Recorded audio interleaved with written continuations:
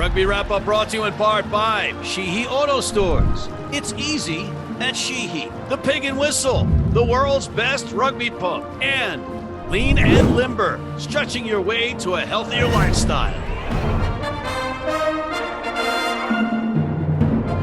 Hello, everybody, and welcome back to the Rugby Odds, starring former WWE champion John Bradshaw Layfield, God's gift to rugby, gift Egbelu of the Gift Time Rugby Network, and featured guest.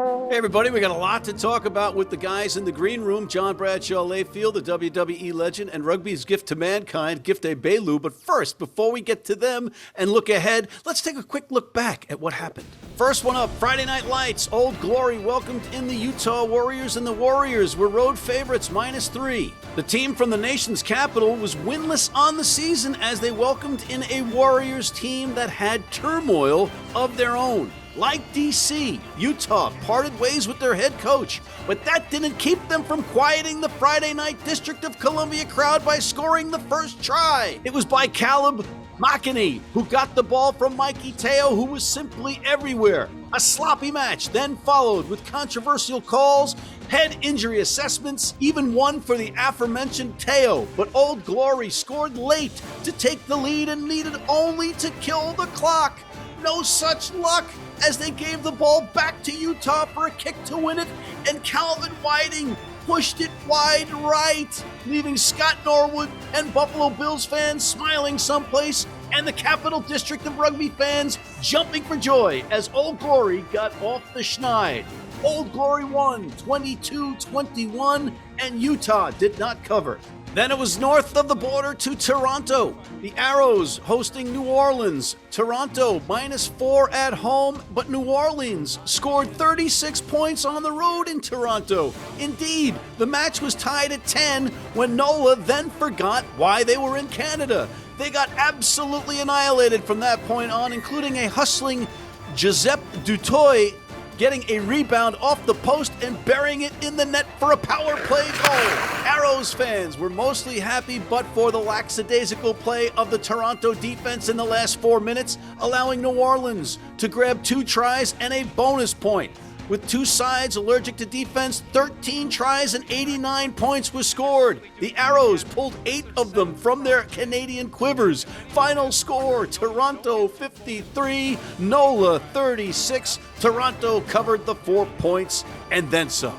The Seattle Seawolves welcomed in the San Diego Legion in a Western Conference battle, and it was the road favorites, San Diego, -3. With impressive pack play from Samu Manoa, Ben Landry, and Oxford man Andrew Duratalo, the Seawolves built a surefire Starfire lead, but nearly let it slip away, as Joe Peterson and Chris Robshaw helped get the visiting Legion back in it. But the Seawolves held on, and happy Seattle fans Tony Ridnell and Broccoli Guy allegedly got Rucky the Seawolf tattoos together after 3 beers in the parking lot. Seattle wins 34-32. San Diego does not cover. The Dallas Jackals welcomed in state rivals, the Austin Gilgronis, and it was the Gilgronis, the road favorite again, -17. Note to self, when you let up 9 tries in a rugby game at home, there's a good chance you are going to lose. That formula was not disproven by the Dallas Jackals, as the Austin Gilgronis absolutely destroyed the home team in a Texas Derby. Chris Mattina was all over the pitch, invigorated by his appearance on this show last week, and Mark O'Keefe continues to make defenses look silly. Austin wins 57-3. Austin covers by a mile. Finally, it was the Los Angeles Giltinis welcoming in their Western Conference rivals, the Houston SaberCats. And the Giltinis were favored by 7. LA showed they can actually play defense and that they're not just pretty in pink. But there are questions this Giltini team needs to answer, like why did John Ryberg shave his head? He must have lost a bet. But it was Hanko Hermesheis and his buzz cut.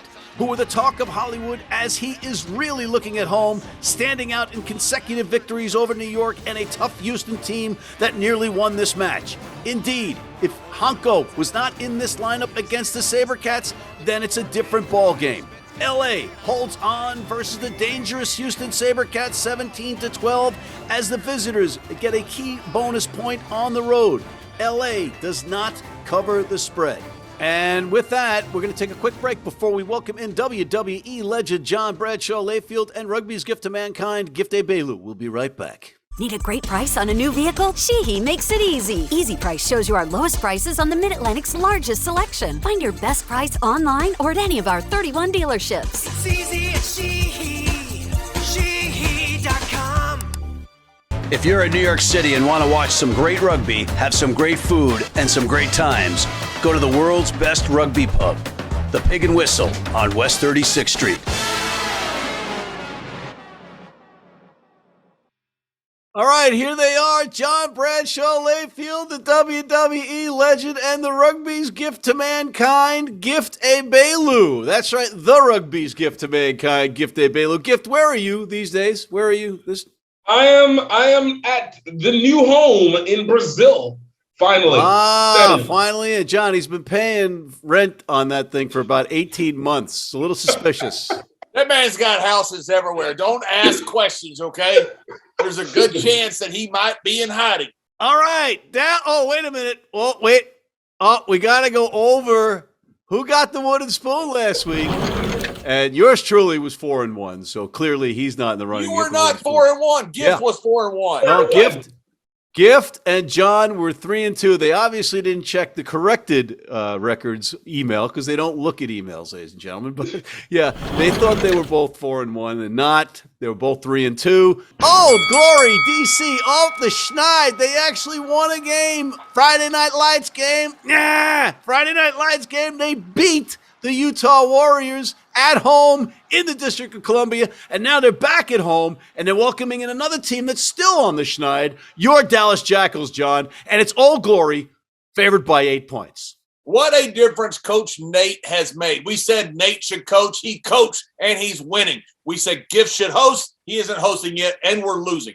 That's a separate issue. The main point is here, look, they played great against New York, same amount of tries. They played great the next week, same amount of tries. The kicking was bad. Last week, they put it all together, and they win 22-21. This is an exciting team. I got to go down and visit the team, give them a little pep talk.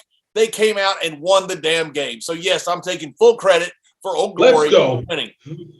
All right. One could argue that Nate's the coach of Old Glory because he's been on this show, and therefore the producer of the show gets credit for that. But I'm not gonna split hairs with you, John, because you're dead wrong. Gift, who do you like in this one? Wait a minute. I didn't choose a team yet. You just did. You just told. You said. No, I didn't. I said so now you're not going to take Old Glory? I didn't say what's going to happen with Dallas. Okay. Let me hear you take Dallas now. No, I'm not going to take Dallas. Thank you. I'm going with Old Glory. Paul Sheehy in my very nice Atlas SUV that I've got out in the driveway, and our pal Coach Nate, who's the modern day Vince Lombardi. Powerful words there, Gift. I don't know how you're going to follow that up. And unfortunately, I understand what John's saying because he's got a Volkswagen from Sheehy Auto Stores. I've got a Volkswagen from Sheehy Auto Stores. One of these days, we're going to get, well, now that you're in Brazil, it's a little bit more difficult. But what's your take on this one? One, we can still ship them down here. Just saying, we're at a port city, or allegedly. Anyways, on top of that, I can't agree with John more. Look, we got a situation where New Orleans, we lost two of the greatest coaches, offensive coaches that could ever exist, Sean Payton and Osborne. And of course, now that we've gotten a chance to see that, we get to see what DC gets to do with it. And unfortunately, Washington Commanders aren't going to have that same feeling. But Nate, been consistent as ever, always had the best offense, steadily growing, said it, called it, we'll do it. Old Glory with the 8. Old Glory with the 8. All right, I'm going to make it crazy 8s. I'm going Old Glory DC, and it's got nothing to do with my Sheehy Auto Stars car. It's because this team, for the first time this season, I can pick with confidence and say they're going to slaughter Dallas. Nah! Yeah! Next one up, NOLA hosting Austin, the Gilgronis, who decimated their opposition last weekend. And now Austin on the road, John, favored by 10 points against NOLA, who got walloped in Canada. I hate to say this, they're going to have a good time down on Bourbon Street. They can go visit Marie Laveau and some voodoo. But the gold mine, I'm afraid, is bankrupt this season. I don't think NOLA is. I think NOLA's checked it in. They're ready to bounce basketballs and get to the next season. And I think the Gilgronis are on fire right now. They are looking for unbeatable. And I think they're going to roll them boys in the gold mine. Roll them boys. All right, he's taking the team from Texas, Gift. And I know that you are dyed-in-the-wool New Orleans fan. Let's hear it, Gift. Look, I refuse to speak slanderous of my New Orleans anything. All right, I refuse. That being said, I also am not going to try and play with this one. It's one thing to go against Atlanta, one thing to go against Canada of any sort, but I'm not going to continue to go against common sense. Look, Austin, just the best team in rugby right now, and particularly on the West. Austin taking this, they're taking this across the board. But no slander to New Orleans. I'll pick up the mantle for the slander. NOLA sucks this year. They absolutely suck, and they are gonna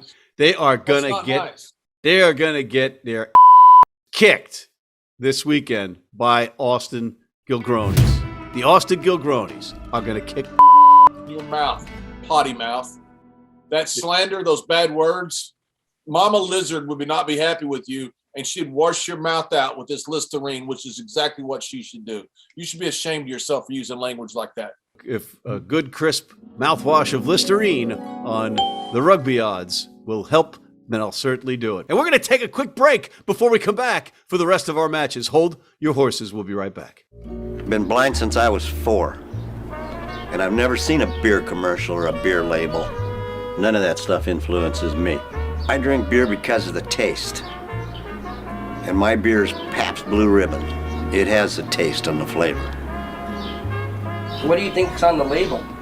I think there's a naked woman riding on a unicorn, jumping over fire.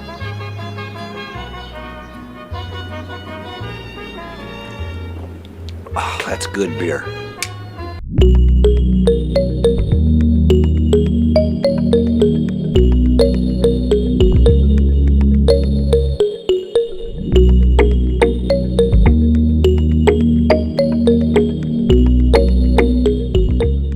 And we are back. We're going to stay with the Texas theme, John. Houston hosting Toronto. This is a tough game to call. Houston played well in LA and came up just short. And Toronto beat the snot out of the NOLA Gold. So now it's Toronto on the road as 3-point favorites.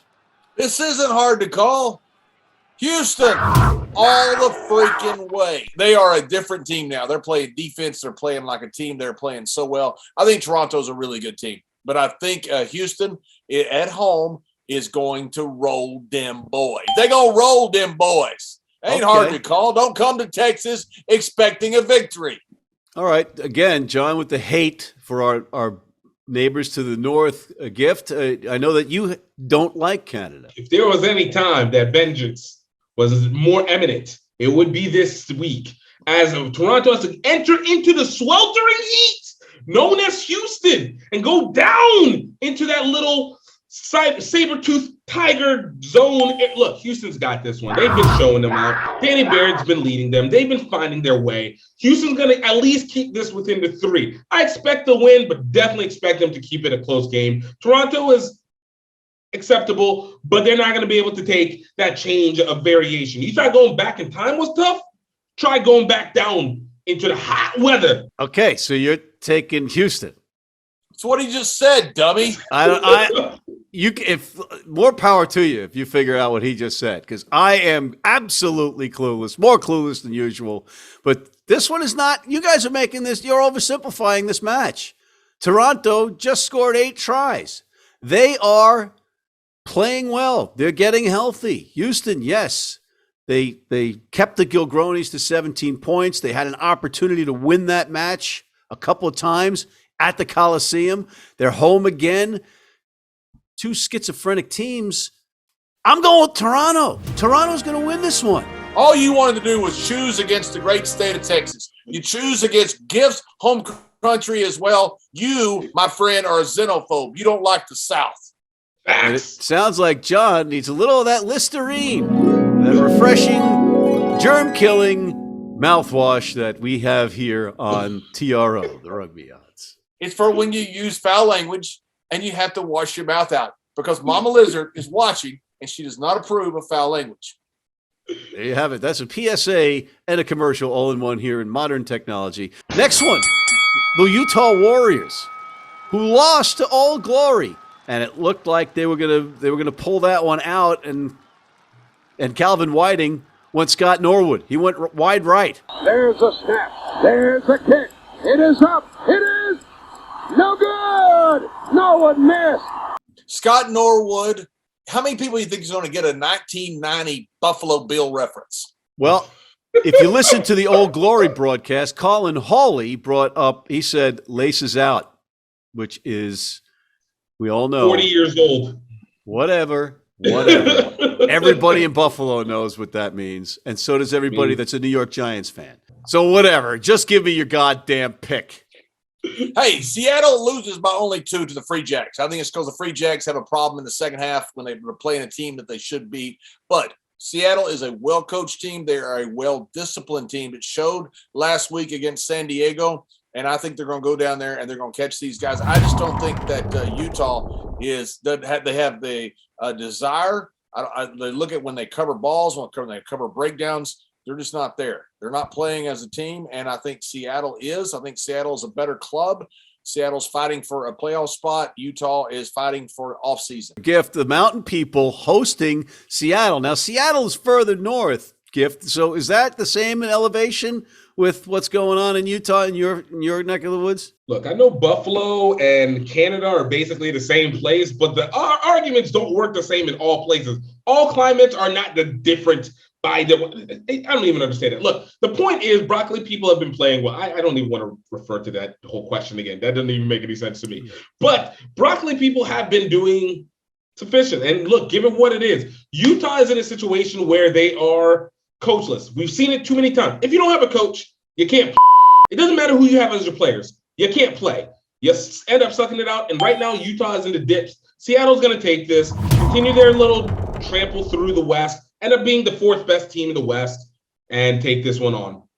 All right, but Gift, against your point, Seattle won 2 championships without a real head coach. Yeah, Seattle also went whenever there's the teams barely even knew each other. So that's basically just the equivalent of the NBA prior to desegregation. Yeah, peasant. It's the same exact thing. Don't dispute King Egbelu, peasant. I'm just a plebe here, but I'm going to go with the Seattle Seawolves on the road in Utah because Seattle's back 5. They're 4, 5, 6, 7, and 8 are dominating games right now. You got Samu Manoa, Landry, and now Andrew Duratalo back from Cambridge or Oxford. Oxford. And those 3 guys were prominent in their victory versus San Diego, and they open up for that back line. I think that Seattle in the second half of the season, Seattle is going to be a team to be contended with, and Seattle is going to win this one in Utah easily. Duratalo, a hell of a sevens player, by the way. Yeah, exactly. And now he's got an Oxford degree. Next up, New York hosting New England. This is a big battle in the Eastern Conference. New York with their tail between their legs a little bit after getting destroyed in Los Angeles. New England and New York coming off a bye week. New York getting another Oxford guy back, newly dubbed Oxford guy in Nick Civetta, the 6'8" lock. He's going to make his first appearance with New York after being over in Oxford with the likes of Andrew Duratalo. And it's New England coming into Hoboken, New Jersey, and favored by 4 on the road. Road favorites, John. Yep, they should be the underdog. I think New York is a very good team, and I think they're a team that is one of the top teams in the league. They're fighting for that top-tier spot in their conference, just underneath the 2 big teams. But I think that New York is overmatched here, though. You look at the Free Jackals. Free Jackals lost 1 game, 19-15, out in the Coliseum. Then they rolled them boys for 8 straight weeks. But they only win by 2 against Seattle. They only win by 4 against NOLA. They're taking their foot off in the second half, which I think could be a problem, but I think they're playing to their competition. I think they're going to play their competition in New York, which is a very good team, and I think they're going to win a very good rugby game. And you're picking New England. I am picking the Free Jackals, the T-Sippers, to come into New York and win a very good game and a close game because Free Jackals, they only won one game by double digits. They don't blow teams out. How many kids out there are confused after watching this program thinking the name of the team is either T-Sippers or Free Jackals? And are we capitalizing on that merchandising deal? Gift, what's your take on this one? Look, this is a rivalry match, but this is happening in Hoboken. Again, the field that is advantageous to the opponents almost consistently. And New England is going to show it again, the advantage of that small field and how it does to that New York defense and just puts them in turmoil. New England is just on a roll. They've just been doing too much. And again, add that rivalry game and they're going to get up for it. It's going to be a close one, but I do see New England holding the points and taking the win. Everything that you just said made sense. It always does. It always does. It just depends on who's translating. This one is a game that New York has to win. New England doesn't have to win this one. And they got their final game of the season. These teams are going to meet for the third time in the regular season because there's 13 teams in the league, so there's some uneven schedule stuff going on. So New England and New York play 3 times this season. The final game of the season will be up in New England. New York has to win this game. Sign language for bull is what that is. Okay? Because all you're trying to do is rationalize picking New York again. New York, You're going through this whole diatribe. You're going to pick New York because you love Steve Lewis and you're a suck-up sycophant. So go on with your right. Go on. Keep spinning. Who was 4-1 last week, and who was 3-2? New York. Who's got the better picks? Moi. I'm taking New York plus the 4. Of course you are. Plus 4 Of course points. you are. 4 points. Next one up, San Diego. In a must-win situation, welcoming in Atlanta, the Rattlers. And it's the Rattlers -4 on the road, John. Yeah, you got a couple teams in both conferences that are leading the pack. You got Atlanta and the Free Jackals in one conference. You got the Gill Twins, as King Egbelu calls them, in the other. And you got 3 middle-of-the-road teams that are trying to break out. That are very good teams, by the way. Houston, San Diego, and Seattle. San Diego needs this win very badly to get to the playoffs. And you got Atlanta in a cross-country trip. I think Atlanta is a slightly better team. Osberger being out certainly has hurt them. Rob Shaw being back has certainly helped San Diego. So it depends what team they put on the field. I think Atlanta is a slightly better team, but I think San Diego wins this game. Gift is a tough one. And I know you don't like Atlanta either, but you City LA versus City New Orleans. I mean, look, the power of the fake cities, I got to still give it over to the East. Look, there's been no doubt that we've seen it consistently. The East side has been overwhelmingly better than the West when it comes to head-to-head matches, especially from the top teams. And for whatever reason it is, not that San Diego is a bad team, even though I will make fun of them to the day I die, but they just don't seem to always have that it factor to get over the top. It's been consistent. They seem to, when it matters most, they seem to falter back. And I look at Atlanta, a team that is well-organized, well-designed, well-studied, well-organized. I said that twice for the purpose of saying this, and I die on the inside, that fake New Orleans will be able to consistently continue to maintain their position and hold themselves into the playoff spots, taking this one with the win and the points. Fake New Orleans, for the folks at home, is Atlanta. City LA is San Diego. Just to let you know. And sometimes Austin. Our fans are smart people. They know exactly what King Ebelu's saying. That makes one of us. Okay. Now you've confused me because I was all set to take San Diego in this one, and Atlanta is healthy and they're good. It's that trip, and who's more desperate for the win? I'm gonna go with Atlanta. I'm going with the Rattlers, and I was going to go with San Diego until you two talked me out of it. So now we're all going to lose together. Great, guys. Fabulous. That's just great. Oh, don't even start. I'm getting you a whole thing of Listerine, pal. What's the language? On that note, guys, final thoughts, John. New York and the Free Jackals. This is going to be a great game, I believe. The Free Jackals, they're leading the league right now, and they've only lost the one game to the Giltinis out in the Coliseum at the very start of the season. Since then, they've been rolling, but they're not beating teams very badly. So it's going to be interesting to me to see them go into Hoboken, and you, Steve Lewis, are going to be on the sideline somewhere and see what happens. I think it's going to be a great game of rugby. Well, Gift, before I retaliate, why don't you go ahead? Look, one, John needs to be the preacher and the face of this program right here. I just got to say it at this now. Got to be the face of this. Secondly, look, I actually think that this Atlanta-San Diego game is actually going to be probably one of the most important to watch when it comes to the playoffs down the line, because I think either one of these teams can be game breakers and disruptors in the playoffs, but one's got to be able to get in. Look for it. I'm still dying on the inside. I'm looking at Atlanta anything, but still go with it. I think New York is going to kick the T-Sippers Shots. and win by 10 points. Yeah, that's shocking. 10 points. Shocking. Oh, 10 points. why don't you just take this clip right now and send it to Steve? Because I think they are who we thought they are. But they are who we thought they were. Oh, look what I did. I said you're the best. On that note, I want to thank John Bradshaw Layfield, the WWE legend, Mr. Gift Egbelu, Rugby's Gift to Mankind, and thank you for tuning in. Please check out our other segments and our other shows, including the College Rugby Wrap-Up and our Major League Rugby Highlight Show. And also, hit that subscribe button on YouTube, sign up for our weekly newsletter, and please, please, please join our American Red Cross blood donor team. All hail King Egbelu!